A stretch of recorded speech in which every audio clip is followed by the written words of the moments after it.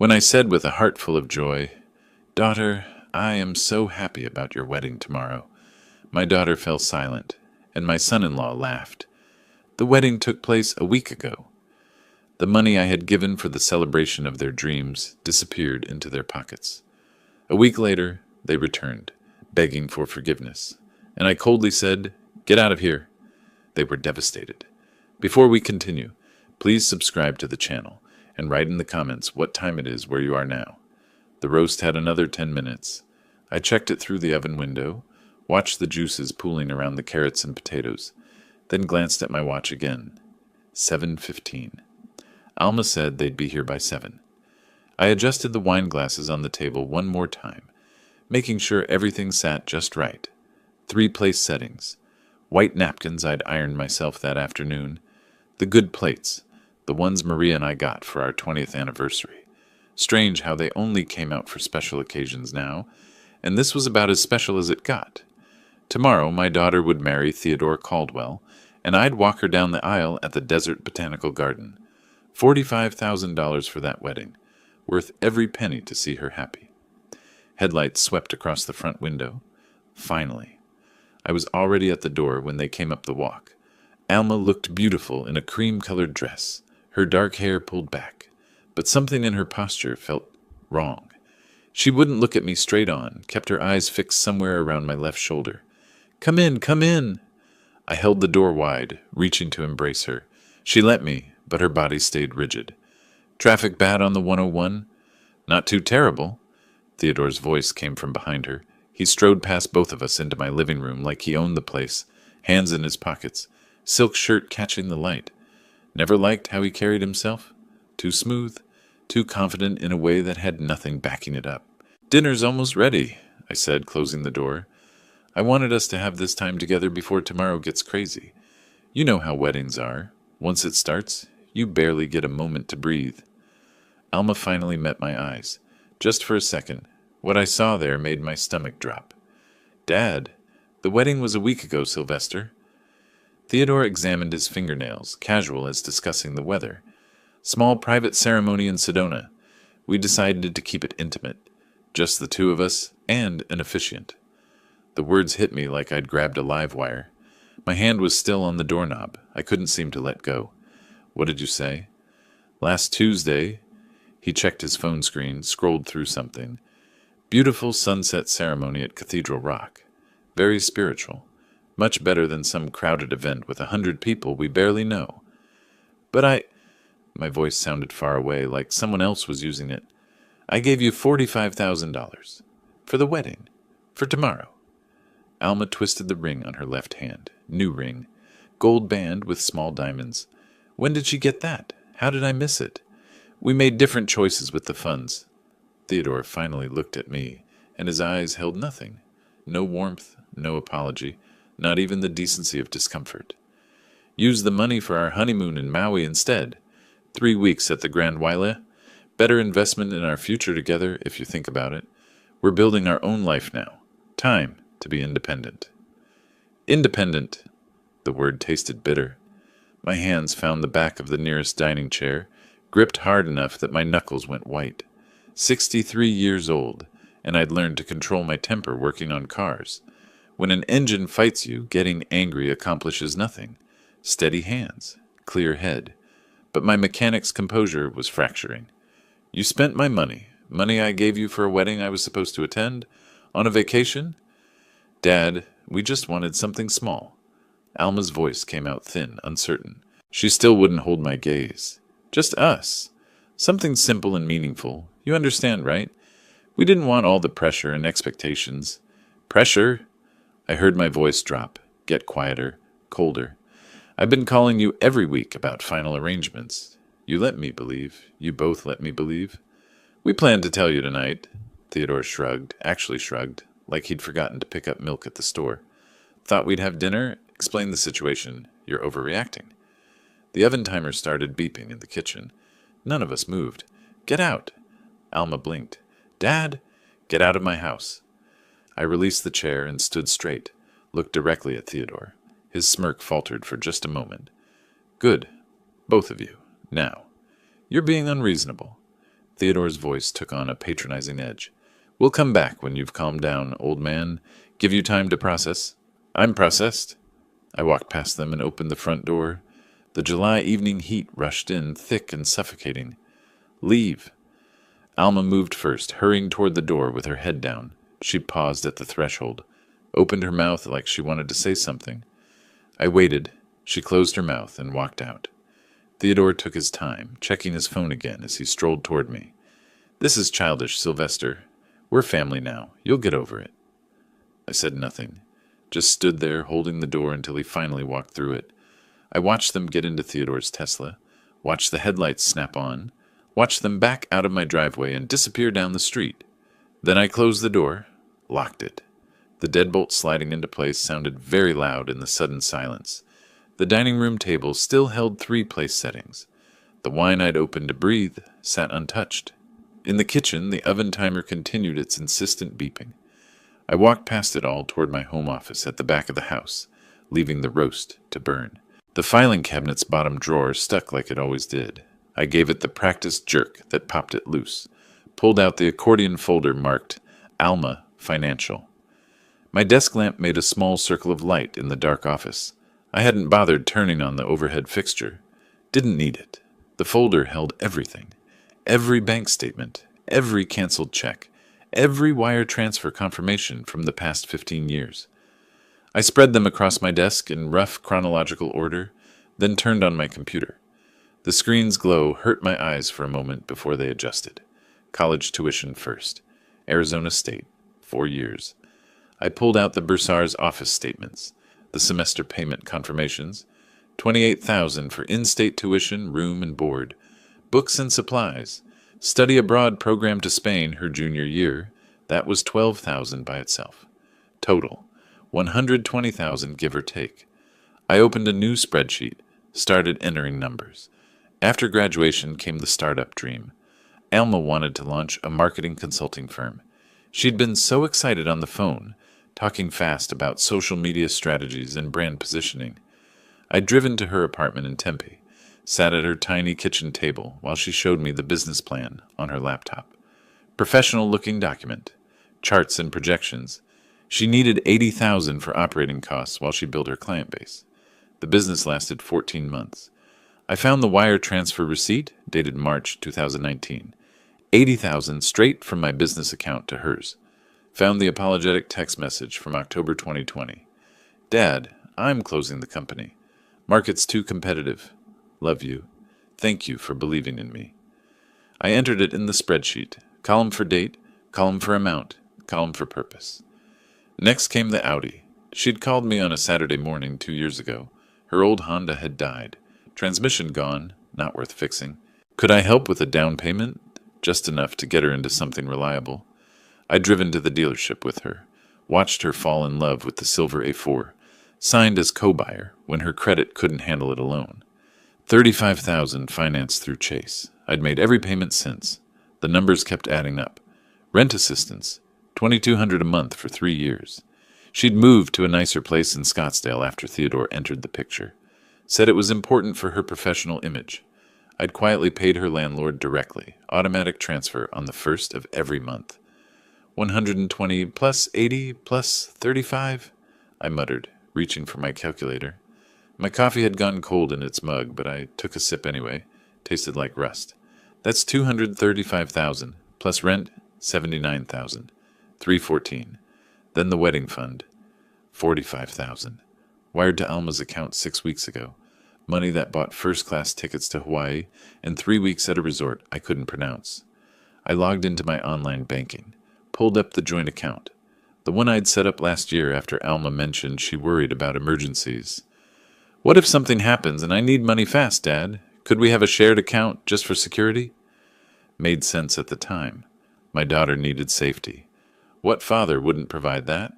Current balance, $67,412. I clicked on transaction history. Started scrolling.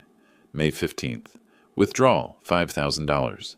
Notation, business TC. May 22nd. Withdrawal, $8,000. Notation, business TC. June 3rd. Withdrawal, $6,500. Notation, business TC. TC. Theodore Caldwell. My hand stopped moving the mouse. I just stared at the screen, watching the blue light reflect off my reading glasses. Every withdrawal since April carried those initials. Some smaller, 1,500 here, 2,000 there. Others larger. The biggest, 12,000 on June 28th. I clicked back through 3 months of history, started adding up Theodore's extractions from the account my daughter had access to, the account I'd funded for her security. $43,000. Gone. Funneled through Alma into Theodore's pockets. Dad, Theodore has an amazing real estate investment opportunity. Her voice played in my memory, bright and hopeful. That phone call in April. Could you transfer some funds to the account, just until his commission check clears? 2 weeks, tops. 2 weeks had turned into 4 months of systematic drainage. I pulled more files. Every document told the same story. Every email I'd saved. Dad, you always said you'd support my dreams. Dad, I promise this time will be different. Dad, I'll pay you back when things stabilize. My legal pad sat blank beside the keyboard. I picked up a pen, started writing. Not emotions, not anger, just facts, categories, and totals. Education, $120,000 business. Investment, $80,000 vehicle. $35,000. Housing, $79,200. Wedding fund, $45,000 joint account, withdrawn by TC.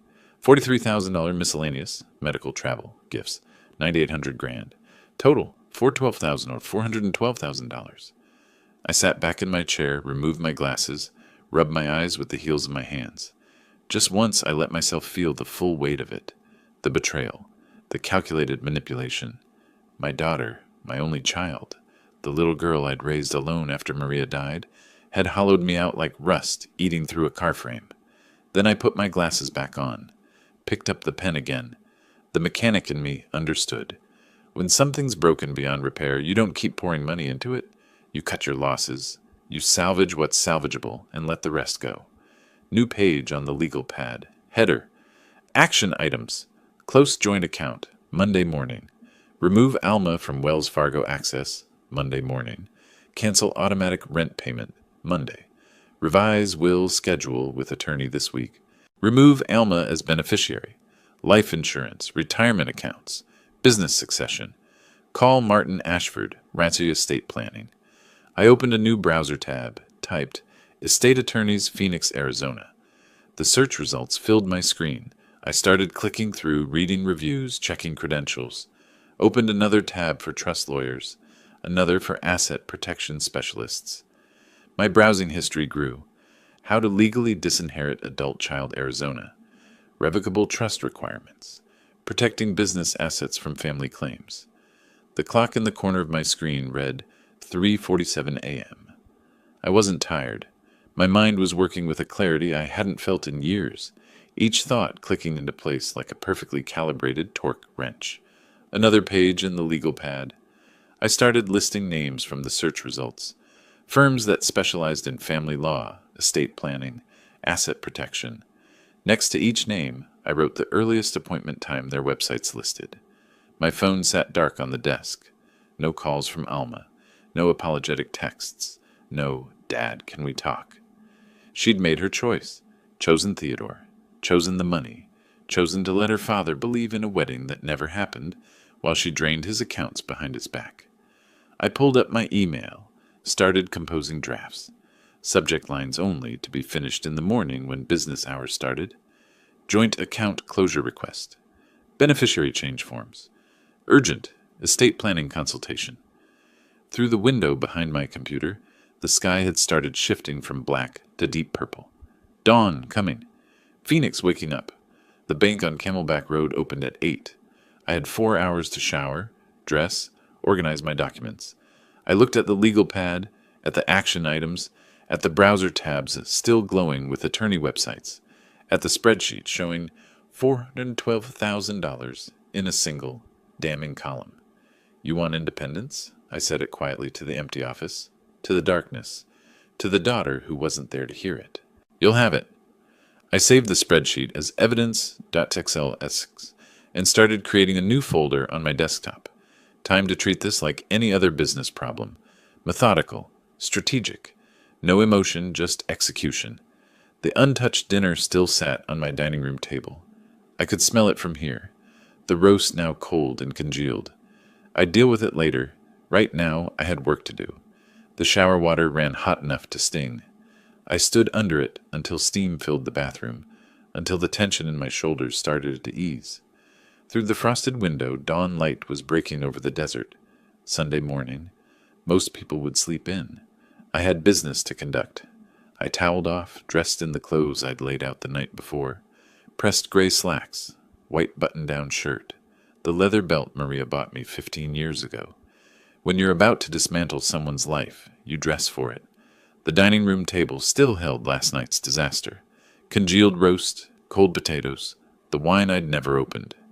I scraped everything into the trash bag, listening to the solid thunk of wasted food hitting the bottom. Ran the dishes under water, loaded the dishwasher. Each movement felt like erasing evidence of a crime I hadn't committed. My watch showed 7:42. The Wells Fargo on Camelback Road opened at 8. I poured coffee into my travel mug, grabbed my wallet and keys. The folder of bank documents sat waiting by the door where I'd placed it at 4 a.m. Everything organized, account numbers, statements, the list of automatic payments I needed to cancel. Traffic was light heading north on Central Avenue. I didn't turn on the radio. My mind was already running through the conversation I'd have with the banking specialist. Clear requests, no emotional explanations. Just business. The bank's parking lot was empty except for employee vehicles. I pulled in at 7:58, watched through the windshield, as a woman in a blue blazer unlocked the front doors. By the time I walked across the lot, she'd flipped a sign to open. "Good morning." Her name tag read Jennifer, mid-30s, professional smile. "How can I help you today?" "I need to close a joint account. Transfer everything to a new account under my name only. Remove all secondary holders." Her fingers moved across her keyboard. "Of course. Let me pull up your accounts, Mr. Perez? Sylvester Perez?" She studied her screen, clicked through several pages. "I see you have a joint savings account here with Alma Perez Caldwell. That's the account you'd like to close?" "That's correct. And you want to transfer the full balance to a new individual account? Current balance is $67,412. "Yes, today." Something flickered in her expression. Recognition, maybe, that this wasn't routine account maintenance. But her voice stayed neutral. "I'll need to verify your identity and get some signatures. This will take about 20 minutes. Can I get you coffee while we work through the paperwork?" "I'm fine." She printed forms, slid them across the desk one by one. Joint account closure authorization, new account application, transfer request. I signed each without hesitation, my handwriting steady. "Mr. Perez, I also see several automatic payments linked to your accounts. Would you like me to transfer those to the new account, or cancel them? All of them." Her fingers paused over the keyboard. "All automatic payments? Let me pull up the complete list." She tilted the screen so I could see. "There's a monthly rent transfer for $2,200, an auto insurance payment for $340, and a credit card auto pay for $500. You want me to cancel these as well?" "Every single one, effective immediately." "Understood." More typing. "These cancellations will process by end of business today. The account closure will be complete within 24 hours, but the funds will be available in your new account this afternoon." "That works." She printed a final confirmation page, circled the new account number with her pen. "You're all set, Mr. Perez. Is there anything else I can help you with?"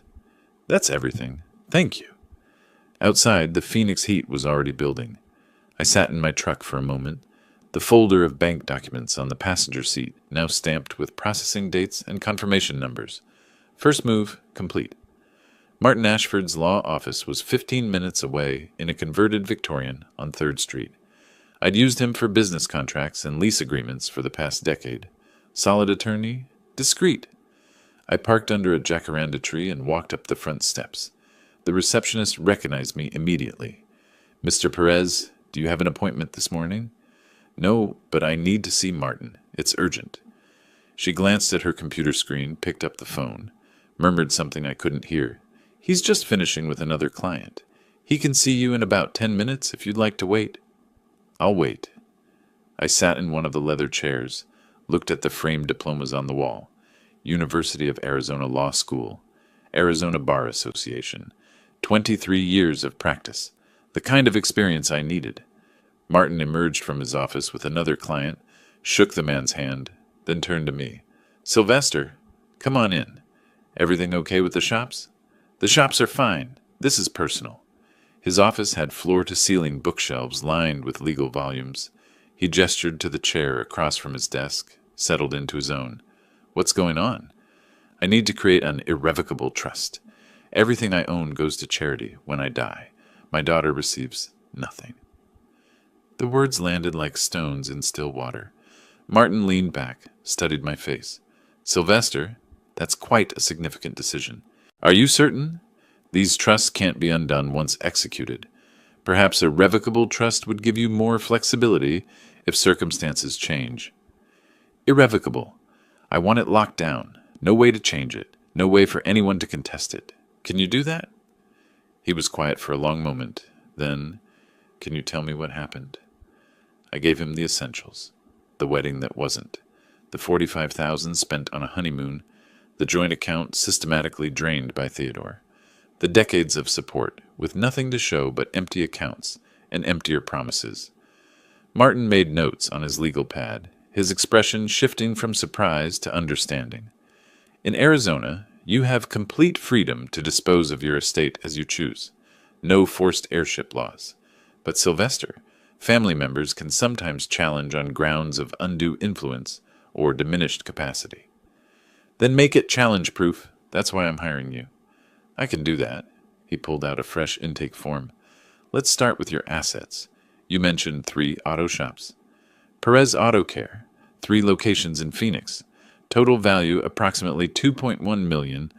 Then there's my house, worth about $580,000. His pen scratched across paper. Retirement accounts, life insurance.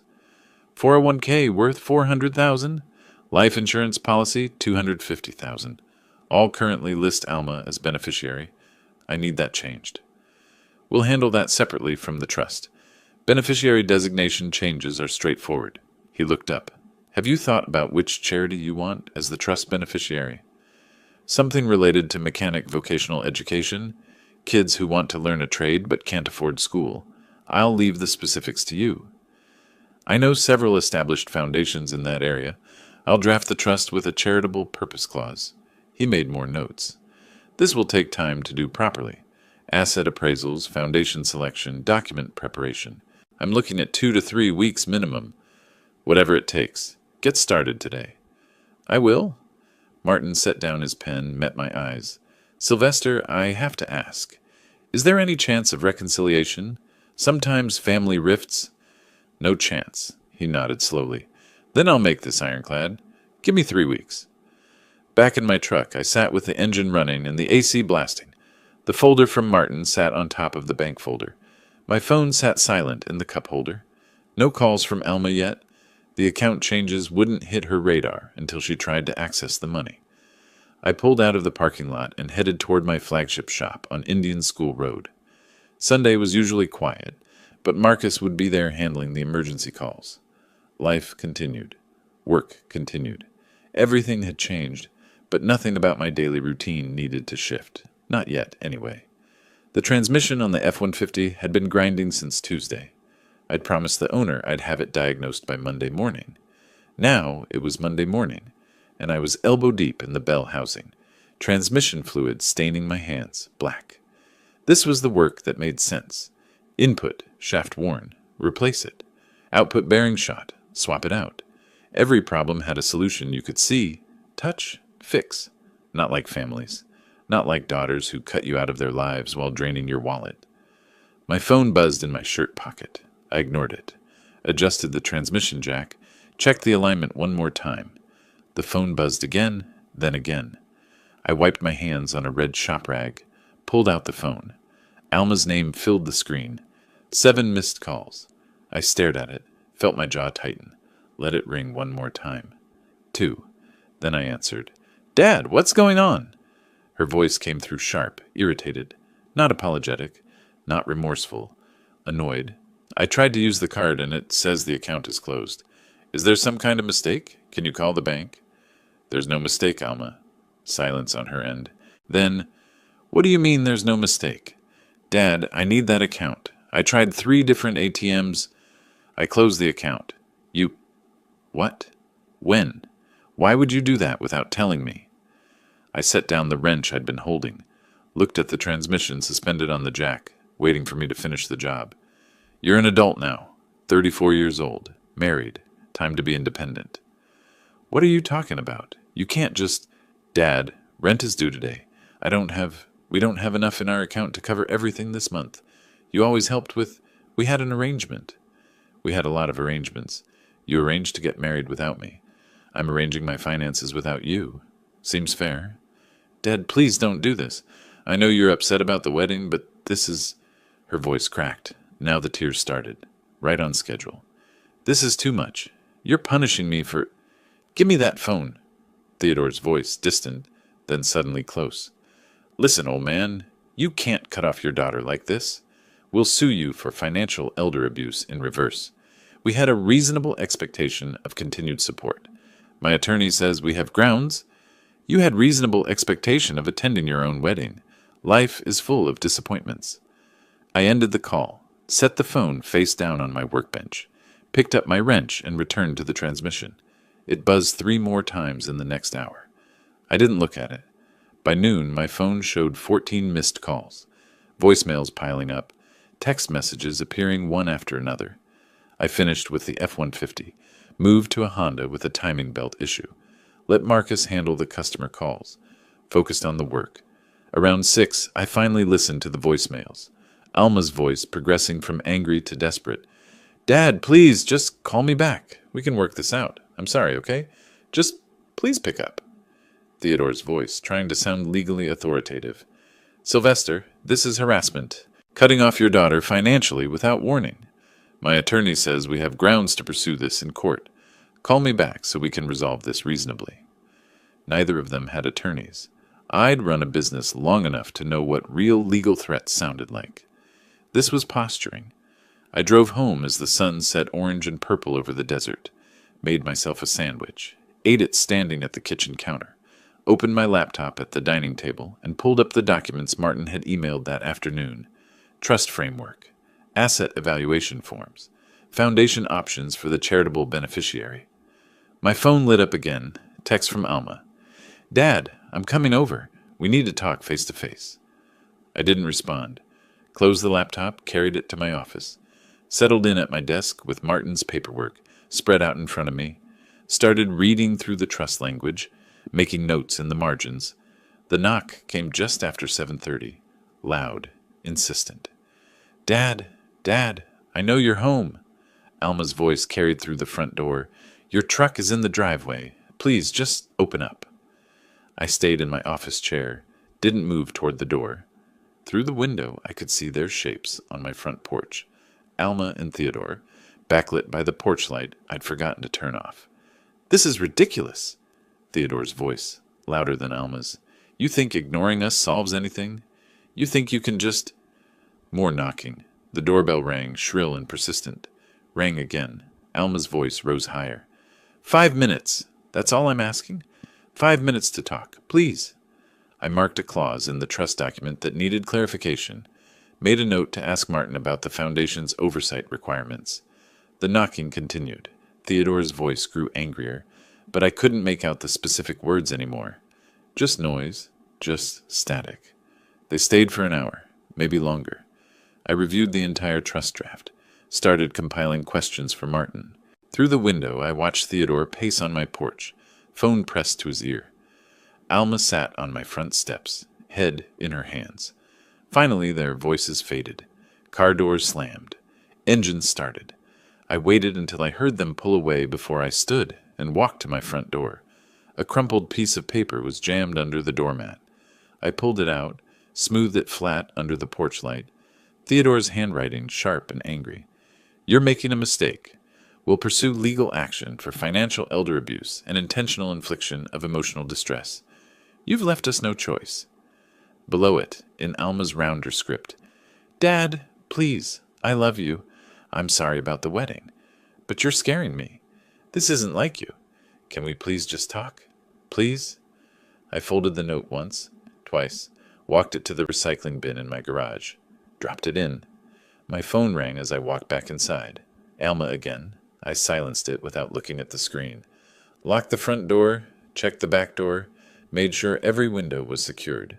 In my office, the trust documents waited. I sat back down, picked up my pen, continued reading where I'd left off. The house was quiet now, just me and the paperwork and the sound of the AC cycling on and off. Outside, Phoenix settled into its summer night, dry and hot and utterly indifferent to the small human dramas playing out in its scattered homes. I worked until midnight, making notes, asking questions, building the legal fortress that would stand long after I was gone. When I finally went to bed, my phone showed 29 missed calls. I plugged it in to charge, set it face down on the nightstand, and closed my eyes. Tomorrow I'd go back to the shop, fix more transmissions, diagnose more electrical problems, keep my business running the way I'd run it for 3 decades. Alma and Theodore could pound on doors and leave notes and call attorneys who didn't exist. I had work to do. Martin's office looked different on Saturday morning, quieter. No receptionist at the desk, just the attorney and me reviewing trust documents spread across his conference table. Sylvester, to protect the trust from any challenge, we should document your prior financial support, especially that business investment. Martin tapped his pen against the legal pad. Do you have records? Every bank statement, every wire transfer, $80,000 into her startup. Good. I'd recommend hiring a forensic accountant to analyze where that money actually went. Creates an unimpeachable paper trail if anyone questions your motivations. I leaned back in my chair. You think they'll challenge? Theodore strikes me as the type who'll try everything.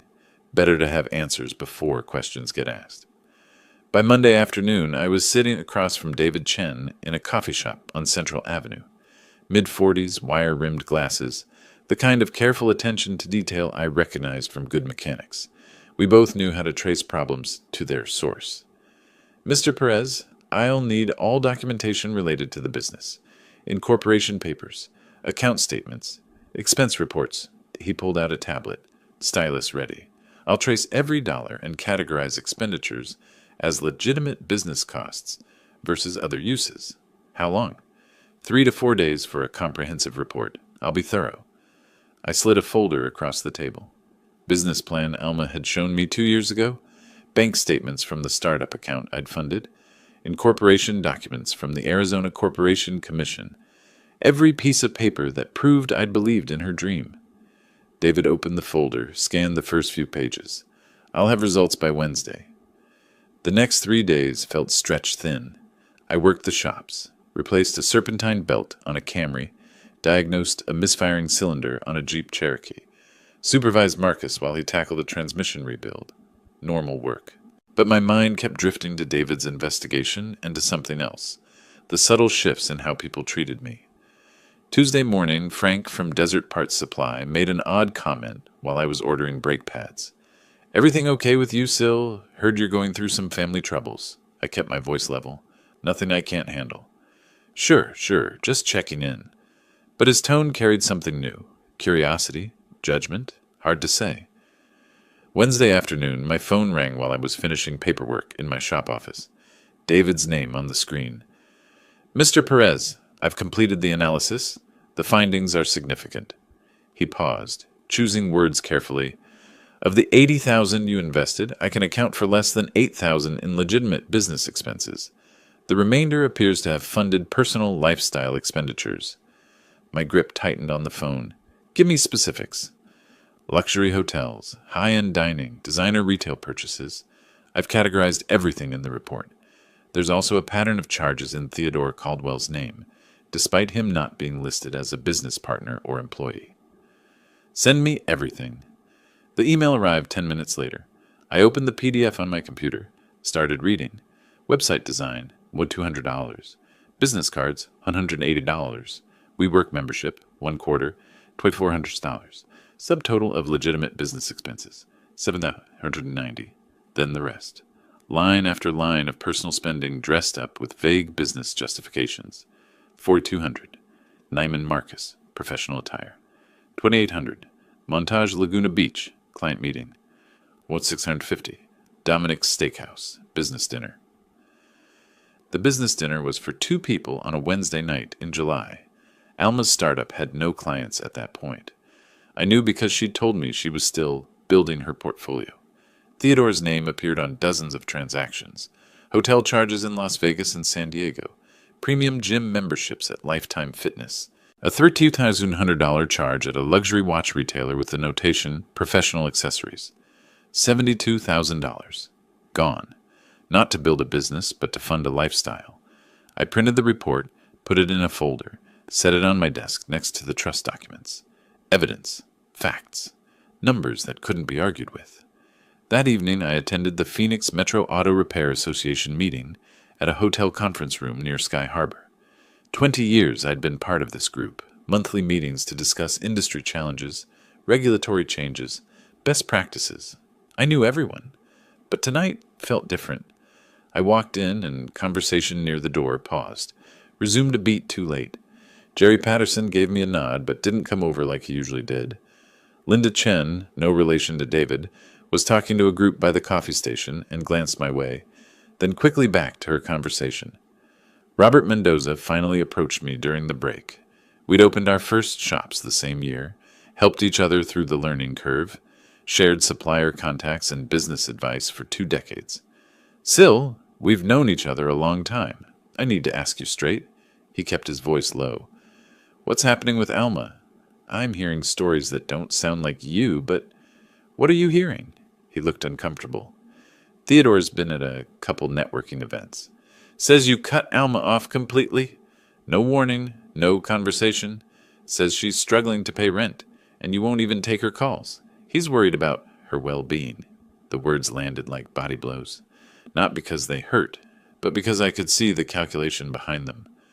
Theodore working the circuit, building sympathy, controlling the narrative before I'd even realized we were in a public relations battle. There's always more to a story than one person's version.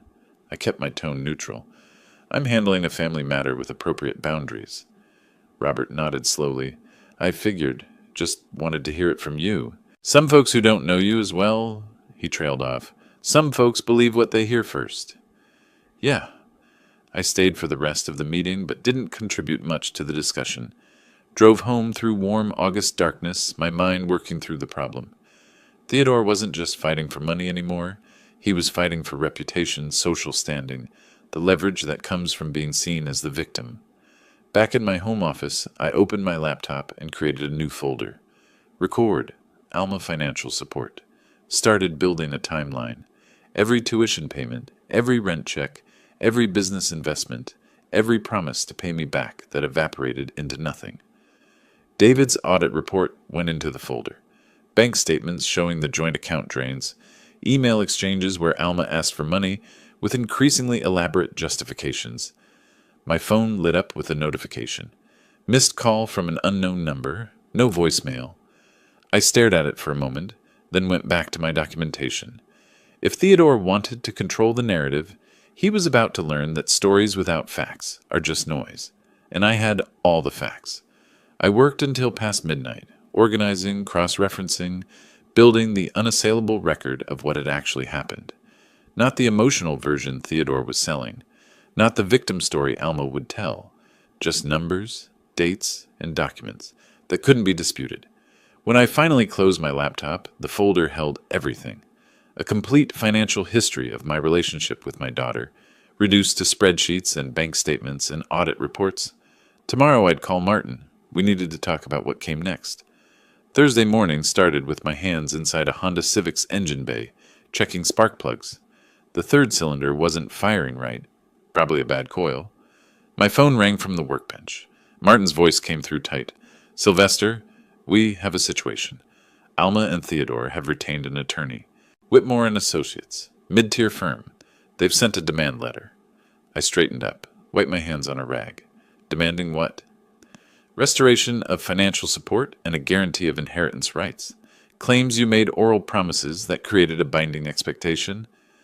Through my shop's front window, I saw the mail carrier approaching. Hold on! The certified mail envelope had my name in bold letters. I signed for it, tore it open while walking back to my office. Official letterhead, 3 pages of legal language. I scanned the key phrases: established pattern of financial support, reasonable reliance, verbal assurances regarding estate planning, immediate restoration of monthly payments required. Martin, I'm reading it now. Don't let it rattle you. Can you come by this afternoon? Say 3 o'clock? I'll be there. I photographed each page, sent them to Martin with a 2-word message. See you soon. The rest of the morning dragged. I tried to focus on the Civic, but my mind kept circling back to that letter. Theodore's move. Putting legal pressure, trying to force me into settlement talks, probably hoping I'd rather pay them off than deal with an attorney and court filings. They didn't know me very well. At Martin's office, he had the demand letter on his screen, already annotated with notes in red. He looked more amused than concerned. Sylvester, can they actually force me to— No, absolutely not. He leaned back in his chair. Arizona law is crystal clear. You have complete testamentary freedom. Adult children have zero entitlement to parental support or inheritance. Their attorney knows this. Then why send the letter? Intimidation. Hoping you'll settle to avoid hassle, or building a paper trail for public sympathy. He clicked to a new document. I'm drafting a response. It'll be polite, firm, and legally airtight. No obligation exists. No settlement will be offered. The trust proceeds as planned.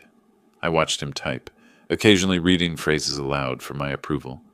Arizona Revised Statutes, Section 14.2101, grants absolute testamentary freedom.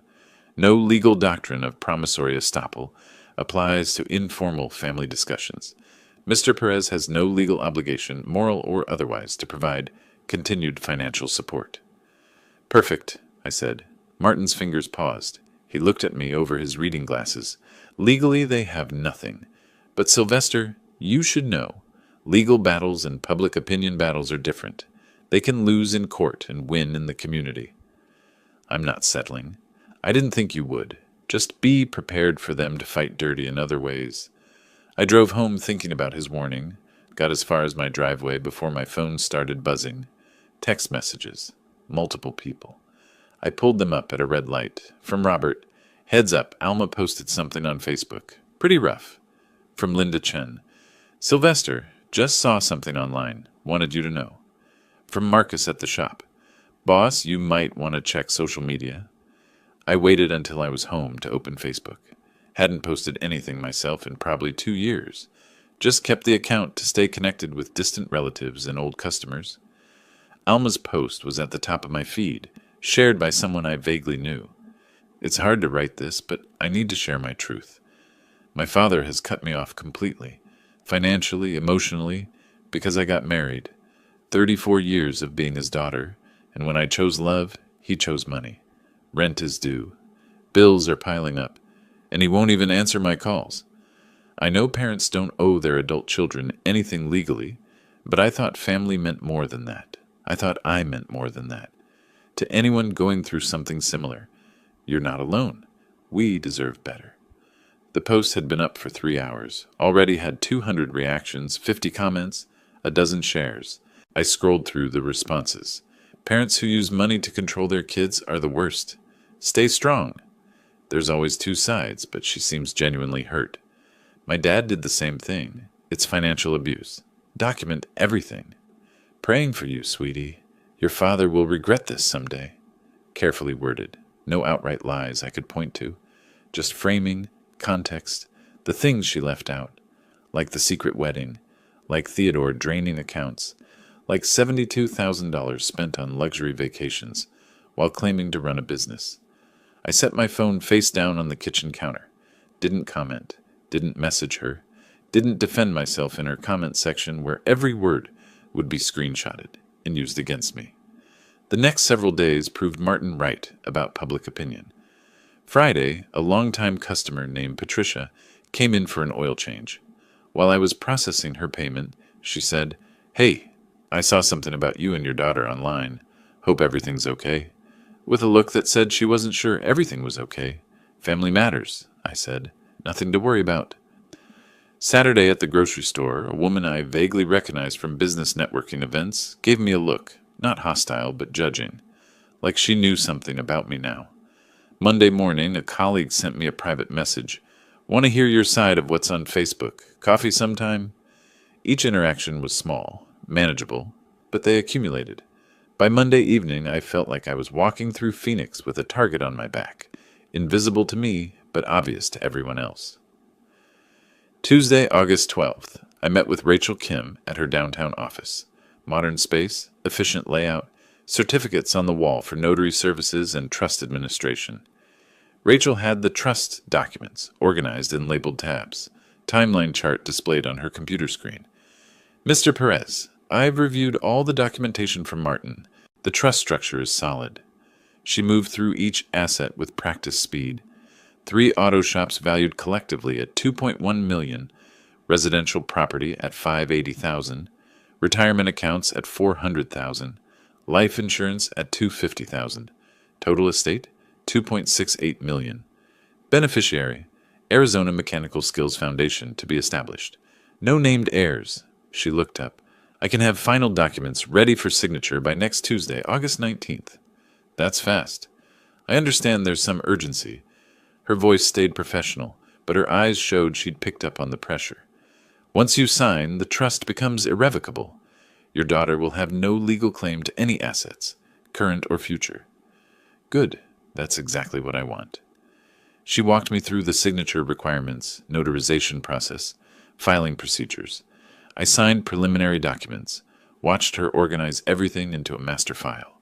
7 days until this was permanent. 7 days until Alma's legal options disappeared completely. Walking to my truck in the parking garage, my phone buzzed. Another Facebook notification. Someone had shared Alma's post in Phoenix Small Business Network, a group I'd been part of for years. 300 members. Local shop owners, contractors, service providers, all seeing her story. Her version. I didn't open the app. Instead, I texted Martin. I need a meeting. We need to go on offense. His reply came back in under a minute. Tomorrow, 9 a.m. Come prepared. I sat in my truck with the engine running and the AC blasting against August heat. Around me, Phoenix continued its normal rhythm. Cars entering and exiting the garage. People heading to dinner. The city moving forward like nothing had changed. But everything had changed.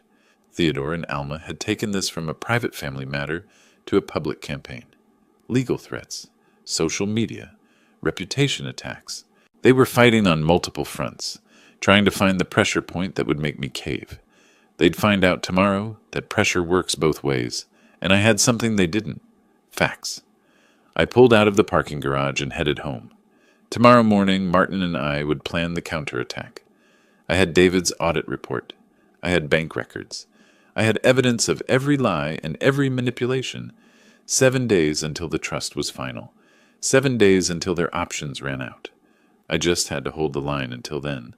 The question was whether they'd let me. Martin's conference room had a whiteboard covered in notes by the time I arrived Wednesday morning.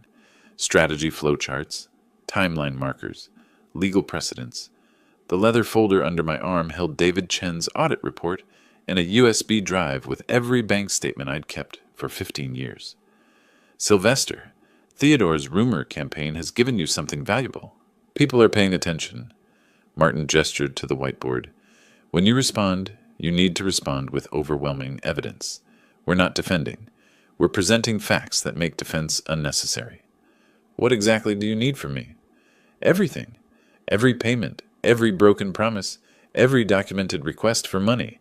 Email, text, bank records. We build a timeline that shows pattern, not isolated incidents. I spent the next 4 days at my home computer, mining through digital history. Years of correspondence with Alma, preserved in my email archive. Search terms became painfully familiar. Dad, I need. Dad, could you? Dad, you're the only one. Thursday afternoon, I found one from March 2023. I read it aloud to myself in my empty office. Dad, you've always believed in me when no one else did. This business is going to make you so proud. Thank you for the faith and the investment. $80,000? That's what faith cost me. I screenshot each message, organized them by year and category, education, housing, business, personal expenses. Each folder told a story of dependency, of promises made and broken, of gratitude that lasted exactly as long as the money did. Friday afternoon, I made a call I'd been avoiding. Directory assistants connected me to Desert Rose Wedding Planning in Sedona. This is Monica Rodriguez. How can I help you? Ms. Rodriguez, I'm Sylvester Perez, Alma's father. I paid for my daughter's wedding in July, but I'm reconciling my financial records. Could you confirm the invoice total? Brief pause. Then her voice shifted, warmer. Oh, Mr. Perez, the ceremony was beautiful. Let me pull up the file. Yes, total came to $12,000. Venue, catering for 20 guests. Florals, officiant. 12,000. I provided 45,000. Do you know what happened to the remaining 33? Typically with deposits, if the actual costs are less, we refund the difference to the couple. I believe we issued a check to Ms. Perez and Mr. Caldwell for the balance. $33,000. Refunded to them. I thanked Monica professionally, hung up, and opened my credit card statements. Found the Hawaii resort charges 3 days after the wedding. Grand Wailea Resort, Premium Ocean View Suite, spa treatments, private beach cabana rentals, fine dining, total, $33,647. My wedding money spent on their honeymoon while I waited at home believing the ceremony was still a day away. Saturday morning, Martin called. My paralegal found something you should see. Can you come by Monday? In his office Monday afternoon, he spread credit reports across his desk. Legal access, information I had rights to review, due to accounts I'd previously co-signed with Alma. Theodore Caldwell's financial profile, Martin said, highlighting sections. Chase card, $14,200. American Express, $11,800. Discover, $8,900. Capital One, $12,100. $47,000 in credit card debt. Long before he met Alma, Theodore Caldwell has a consistent pattern. Expensive tastes, insufficient income, mounting debt. Then suddenly, 18 months ago, his financial stress eases slightly. Why? I knew the answer. Because he found a new income source, my daughter, and through her, me. Martin pulled out another document. Look at the dates on these charges. Many coincide with periods when Theodore was supposedly investing in business opportunities through your joint account. I took the reports home, spread them across my desk with everything else. Bank statements, email correspondence, audit results, credit reports, wedding invoices. Then I built a timeline. December 2023, Theodore appears in Alma's Facebook photos. January 2024, first unexplained withdrawal from joint account, $4,800 for business consulting. March 2024, I invest $80,000 in Alma's startup. April-July 2024, steady drainage of joint account. Theodore's name on transactions. His credit card balances stabilize slightly. July 2024, secret wedding in Sedona. Honeymoon funded with my wedding money. It's not random, I said to my empty office. It's organized. He'd planned this from the beginning. Identified a target, a woman whose father had money and a history of financial generosity. Isolated her gradually. Orchestrated the wedding exclusion to sever my connection while maximizing the financial extraction. Classic predator behavior, but applied to family relationships instead of stranger scams. I assembled 3 identical evidence binders. Blue folders for bank statements, green for email correspondence, red for business investment records, yellow for wedding expenses. Each binder had an index, page numbers, timeline summary up front. This wasn't emotional venting. This was a prosecutorial brief. 1 binder for me, 1 for Martin, 1 backup in my safe deposit box at the bank. Monday evening, my phone rang. Martin. Sylvester, I got a call from a colleague. Theodore and Alma bought tickets to the Business Leaders Gala on Friday the 23rd. They're going to be there. My hand tightened on the phone. That's my event. I've been a sponsor for 15 years. Exactly. They're trying to corner you in public. Probably force some kind of reconciliation scene where you look like the villain if you refuse. I looked at the evidence binders on my desk. Thought about 3 weeks of rumors, social media attacks, legal threats. Thought about Theodore spreading lies while I stayed silent. What do you think I should do? That depends. Are you ready to go public with everything we've compiled? The question hung in the air. Was I ready? ready to expose my daughter's betrayal in front of 200 business leaders, ready to end any possibility of reconciliation forever. I thought about the wedding I'd funded but never attended, the startup that funded luxury vacations, the joint account systematically drained while Theodore pretended to be investing in his future, the Facebook post painting me as a cruel father, the demand letter threatening legal action for daring to protect my own assets. Yes, I said. Yes, I am. Then we'll need to coordinate with the hotel's AV team. If you're going to tell the truth, let's make sure everyone sees the proof. After we hung up, I sat at my desk looking at the binders. Tomorrow I'd sign the trust, make the disinheritance permanent and irrevocable. Friday I'd face Theodore and Alma in public with my community as witness. They wanted to control the narrative. They were about to learn that stories without facts are just noise, and I had all the facts. Rachel Kim's office was quiet Tuesday morning, just the two of us and her paralegal witnesses at the conference table. The trust documents sat in 3 neat stacks, original and copies, tabs marking signature pages. Mr. Perez, with these signatures, the Sylvester Perez Irrevocable Trust is now fully executed and filed. Rachel pointed to the first signature line with her pen. Your assets are permanently designated for the Arizona Mechanical Skills Foundation upon your death. I used my own fountain pen, the one Maria gave me when I opened my first shop. Page 1, Establishment of Trust. Page 2, Asset Schedule. Page 3, Beneficiary Designation. Page 4, Irrevocability Clause. Each signature was deliberate. Each one severed another thread connecting Alma to my life's work. Rachel applied her notary seal with a heavy press. The embossing made a satisfying thunk. And there's no way to challenge this? In Arizona, with proper execution and given you're of sound mind, it's bulletproof. Your daughter has no legal claim to any inheritance.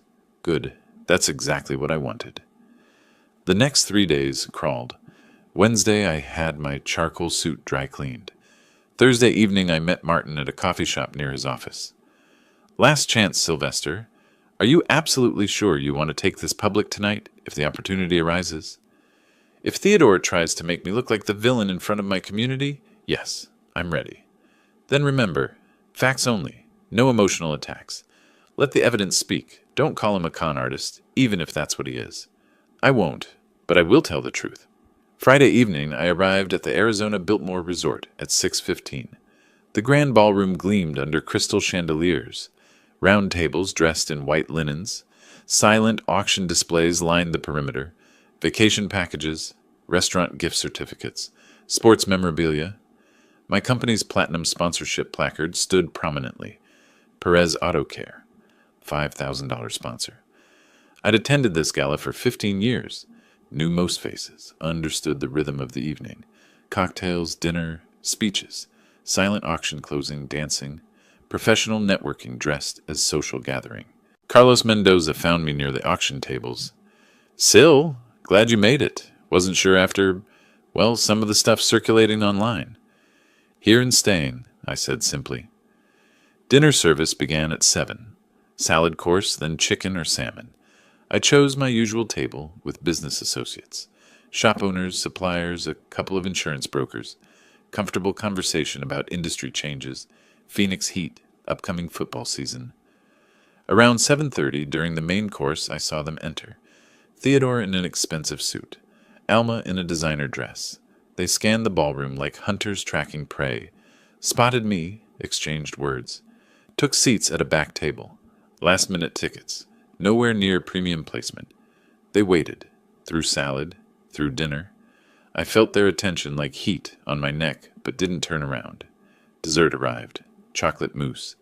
The MC, a local TV personality, finished announcing silent auction closing times and stepped away from the small stage. Theodore moved. He walked to the stage, took the standing microphone, tapped it twice. Feedback, squeal. The room went quiet. I apologize for the interruption, but I need to address something important. I set my fork down carefully, wiped my hands with my napkin, waited. Many of you know Sylvester Perez as a successful businessman, a contributor to this community. I know him as my father-in-law. Theodore's voice carried false humility.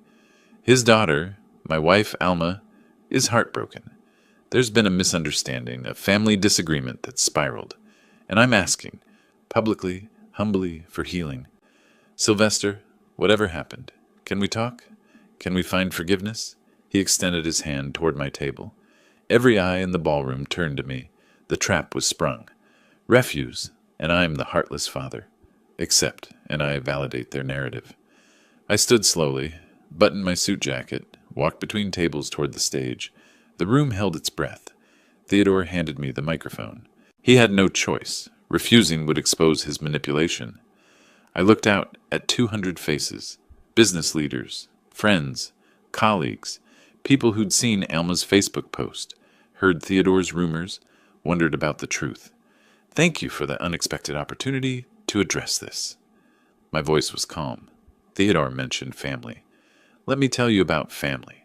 About 34 years of being a father. Behind me, the presentation screen flickered to life. Martin had coordinated with the hotel's AV team. My timeline appeared, 1990-2024. Financial support provided. I paid $120,000 for my daughter's college education, $80,000 for a business startup that never operated, $35,000 for a car, $2,200 a month for rent for 3 years, $45,000 for a wedding I was never invited to attend. The screen showed bank transfers, dates, amounts, each one highlighted. If you're doing the math, that's over $400,000. Not loans, gifts, because she was my daughter, and I loved her. Past tense, deliberate. 3 weeks ago, I learned that the wedding I'd funded had happened a week earlier, in secret. My daughter and her husband spent the wedding money on a vacation to Maui instead. Email correspondence appeared on screen, Alma's requests, her promises, her gratitude. I also learned that the business I invested in never actually functioned. The money funded luxury purchases instead. David Chen's audit results, category summaries, luxury hotels, designer clothing, premium dining. The room was absolutely silent. This week I signed an irrevocable trust. My entire estate, 3 automotive businesses, my home, all assets totaling $2.68 million, will fund vocational education for aspiring mechanics. Young people who want to learn a trade, work with their hands, build something real. I paused. Let that sink in. Not a dollar goes to my daughter. Theodore's face had gone white. Alma, at their back table, had covered her face with her hands. Theodore asked about forgiveness. Here's what I believe. Family is built on respect, not just blood, and respect requires honesty. My daughter and her husband have neither respected nor been honest with me. So I've built a new legacy, one that will help people who value hard work and integrity. I set the microphone back on its stand. Thank you for listening. Now let's get back to the reason we're here tonight, supporting this community. The applause started with one person, then spread. Within seconds, the entire ballroom was standing, clapping. Not polite acknowledgement, genuine, sustained applause. I walked back to my table. Didn't look at Theodore frozen on stage. Didn't watch as Alma and Theodore moved toward the exit, as guests turned to observe their departure, as they left the ballroom in complete silence. Martin, 3 tables away, caught my eye, nodded once. My table mate leaned close. Sylvester? I had no idea. After seeing that Facebook post, I wondered. But this is completely different. There's always 2 sides, I said. I just wanted people to know mine. My phone vibrated in my pocket. Probably Alma, probably Theodore, maybe both. I didn't reach for it. The reckoning was complete. The carburetor rebuild required patience. Tiny jets, precise adjustments, the satisfaction of restoring function to something broken. I was under the hood of a '67 Mustang, hands deep in its engine bay, when Eddie appeared at my elbow. Boss, your daughter's here. His voice carried careful neutrality. Outside, in the parking lot, with her husband. They're asking for you. My jaw tightened. I set down the socket wrench, wiped my hands on a shop rag. Through the bay door, I could see their car, unwashed. Theodore's expensive suit visible through the windshield, looking rumpled even from this distance. I'm leaving for the day, Eddie. Personal matter. Can you handle things here? Of course. He paused. You all right? I will be. I removed my work apron, grabbed my keys, walked out the back exit, drove home using the route that avoided passing them. This wouldn't happen at my shop, not in front of my employees, not on my professional ground, my territory, my terms. When I arrived home 15 minutes later, their car occupied my driveway. I pulled into the garage, closed the door behind me, entered through the kitchen, moved through my house to the office with the front-facing window. They were already at my door, knocking. Alma's hand on the doorbell. When they heard my garage close, saw my truck, the knocking intensified. I stood at my office window and watched. "Dad, please! I know you're in there. Just 5 minutes. Please, I'm so sorry." Alma's voice carried through the glass, raw and desperate. Theodore paced on my porch. "Sylvester, we made mistakes. Terrible mistakes. But we can fix this. Just open the door." I didn't move, didn't respond, just observed from behind my window. They didn't leave. An hour passed. They sat on my porch steps, stood and knocked again. Alma's shoulders shook, crying. Theodore placed a hand on her back, the gesture automatic, not comforting. 2 hours. The afternoon sun beat down on them. Phoenix August heat. They moved to the shade of my porch overhang, but didn't retreat to their car. Theodore checked his phone repeatedly. Alma stared at my front door like she could will it open. 3 hours. A neighbor across the street glanced over while getting mail, quickly looked away. The scene was obvious. Someone being denied entry. Someone refusing to leave. "I'm your daughter, your only child. You can't cut me out forever. Please." Alma's voice cracked on the last word. 4 hours. The sun began its descent, shadows lengthening across the porch. Golden light, evening approaching. They'd been at my door since 2 o'clock. It was nearly 6. I made a decision, not to reconcile, to end this. I walked to the front door, hand steady on the deadbolt, turned it, opened the door. They scrambled to their feet. Both started talking immediately, words tumbling over each other. "Dad, I'm so sorry. I should have. If you'd just give us a chance to explain." Theodore convinced me that we needed. "Pay you back, every dollar, I promise." I stood in the doorway, didn't step forward, didn't invite them in, just occupied the threshold, the boundary between their world and mine. Wasn't thinking clearly, I was confused. "Set up a payment plan, whatever you want." Theodore's voice carried desperation that stripped away every ounce of his former arrogance. "Sylvester, I take full responsibility. This was my fault. I influenced Alma. I made bad decisions. But I'll make it right. I'll get another job. We'll pay you back. The wedding money, the startup investment, everything." Alma reached toward me. "Dad, I was manipulated. Theodore made everything seem reasonable at the time. The wedding, the money, all of it. I see that now. I was wrong to go along with it. But I'm still your daughter. That has to count for something." I let them speak. Maybe 30 seconds total. Their voices grew more frantic as my silence continued. Alma's mascara streaked her face. Theodore's expensive suit, probably the last one before repossession, hung wrinkled on his frame. Then I raised my hand. They stopped. Instant silence. "You chose your path without me." My voice was quiet, absolute. "Now live with it. Leave my property." "Dad, no! You can't! I'm sorry, please!" Alma reached for my arm. I stepped back. Her hand closed on empty air. Theodore's voice came out strangled. "Sylvester, please.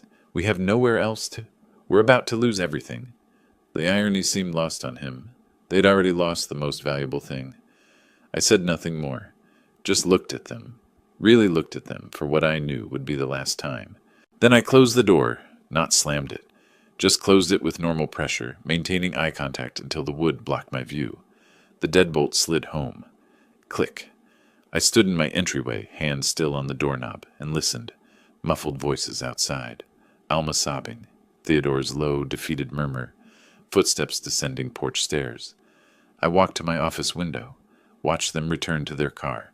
Alma collapsed into the passenger seat. Didn't close the door right away. Just sat there bent forward. Theodore walked around to the driver's side slowly, got in. They sat in the stationary car for several minutes, just sitting. Finally, the engine started. They backed out of my driveway, drove away down the street. I watched until their taillights disappeared around the corner. My phone rang. Martin's name on the screen. I answered. It's done. They came to your house? His voice carried concern but not surprise. They left. They won't be back. Are you okay? I stood in my office, looking at the empty driveway, the evening light painting my neighborhood in warm tones. For the first time in a month, since that dinner I'd prepared for 3, I felt something settle in my chest. I am. For the first time in a month, I actually am. After we hung up, I stood at the window a moment longer, not celebrating, not mourning, just acknowledging. It was finished, the reckoning complete, the boundary permanent, the consequences delivered. I turned away from the window and walked to my kitchen to make dinner. Sunday morning arrived quiet. I woke naturally. No alarm, no jolt of stress. Just Sunday. Last day of August. Made coffee in my kitchen, stood at the window watching morning light spread across the desert landscape beyond my backyard. The tension that had lived in my shoulders for weeks was gone. Not replaced by satisfaction or triumph, just absence of weight. My phone sat on the counter. Text from Martin confirming our 10 o'clock meeting. Report from Eddie about yesterday's shop operations. Nothing from Alma or Theodore. I showered, dressed in jeans and a polo shirt, Sunday casual. Drove to Martin's office on 3rd Street. He'd come in on a weekend just for this meeting. That said something about the man. Sylvester, good news, though not surprising. Whitmore and Associates sent withdrawal letter Friday. He slid a document across his desk. Their demand for restored financial support and inheritance guarantees is officially dropped. I scanned the legal language. Essentially, we have no case. We're done trying. Leave us alone. They finally realized they had no case. They never had a case. Martin smiled slightly. But sometimes people need to exhaust all options before accepting reality. He pulled out another set of papers. The Arizona Mechanical Skills Foundation is officially incorporated. Board of Directors includes 2 representatives from the local technical college, 1 from the State Automotive Trade Association, and an independent financial advisor. Upon your death, the foundation receives all trust assets and begins operations. When do scholarships start? First awards could be distributed as early as 6 months after the trust transfers. Students learning automotive technology, tool and equipment grants, apprenticeship stipends. I thought about young people learning a trade, working with their hands, building something real. That's good. That's real. Thank you for handling all of this, Martin. The trust, the foundation, everything. It's been my pleasure. He met my eyes. And Sylvester, you did the right thing. Not the easy thing, but the right thing. I shook his hand, took my copies of the documents, drove home, made a detour, drove past my flagship shop on Van Buren Street, the original location I'd opened in 1995. Parked across the street, engine idling, air conditioning fighting August heat. The building looked solid, professional. Perez Auto Care in bold letters across the front. 3 decades of work. 60 employees across 3 locations. Built from nothing. This would outlive me. Fund education for the next generation. That mattered more than blood inheritance. I pulled away after 5 minutes. Continued home. Spent the afternoon on my back patio. The shade cover and fan made the heat bearable. Desert landscape stretched beyond my property line. Saguaro cacti, rocky hills, endless sky. I sat in a comfortable chair with a book I'd been meaning to read, but mostly just looked at the view. My neighbor Tom called over the fence. Beautiful day, isn't it? It is. Quiet. How's the auto business? Solid. I set down my book. Actually, my grandson Jerry, he's finishing high school next year, thinking about technical training. You still take apprentices? Always. Have him call me when he's ready. Will do. Enjoy your evening. Normal conversation. Ordinary life. No crisis, no battle, no strategy. Just a Sunday afternoon. Around 6, I went inside to make dinner. Grilled chicken, salad. Simple. My phone rang while I was turning the chicken in the pan. Caller ID. Alma. I looked at it. Let it ring. The chicken needed attention. The phone kept ringing. She'd leave a voicemail. Or she wouldn't. Either way, I wasn't answering. After it went to voicemail, I set down my spatula, picked up the phone, stared at her name on the screen, her photo I'd never bothered to change, held the power button. Slide to power off appeared. I slid it. The screen went dark, not just silenced, not just ignored. Off. I set the phone back on the counter and finished making dinner. Ate on the patio as the sun began its descent. Phoenix sunsets were spectacular, oranges bleeding into purples, deep pinks painting the clouds. The desert sky put on its evening show, indifferent to human drama below. My phone sat on the patio table beside my iced tea. Dark, silent. I didn't miss it. 30 years I'd been building my business. 34 years I'd been Elma's father. One of those things would continue mattering. The other had run its course. I thought about Martin's question. What's next? Maybe I'd travel. Never been to the Grand Canyon despite living in Arizona my whole life. Maybe I'd expand the business. There was interest in a fourth location in Tempe. Maybe I'd even date again someday. The future was open in a way it hadn't been for decades. Not because something good had happened, because something necessary had finished. The sky deepened from orange to purple to indigo. Stars began appearing in the darkening dome above me. I sat with my empty plate and my cold tea and watched night claim the desert. No anger, no regret, no satisfaction, just peace. I'd raised my daughter the best I could, given her everything I thought she needed. She'd chosen differently, made her decisions without me, then expected me to fund the consequences. That wasn't on me. I'd protected what I'd built, established boundaries, created a legacy that would help people who valued hard work and integrity. Young people learning trades, building skills, earning their own way. That was worth more than blood. The phone stayed dark on the table. I made no move to turn it back on. Didn't need to. Everything that needed saying had been said. Everything that needed doing had been done. A breeze moved across the patio, carrying the scent of creosote and dust, the desert's perfume. Somewhere in the distance, a coyote called. Another answered, the ancient rhythm of the Sonoran desert, indifferent to the small human dramas played out beneath its sky. I gathered my plate and glass, stood, and carried them inside, locked the patio door, rinsed the dishes in the sink. Normal Sunday evening routine. Tomorrow, I'd go back to work, fix cars, manage employees, run my business. The same life I'd been living for 3 decades, minus the weight of obligation to someone who'd never valued it. I left the phone on the counter, dark and silent, walked to my bedroom, got ready for sleep. When I turned off the lights, the house settled into comfortable darkness. No tension waiting in the corners. No dread about tomorrow's phone calls. No wondering what fresh manipulation might arrive. Just a house. Just a man. Just another night. And in the morning, the rest of my life would continue. If you like this story, please like this video, subscribe to the channel, and share your impressions of this story in the comments. To listen to the next story, click on the box on the left. Thank you for watching.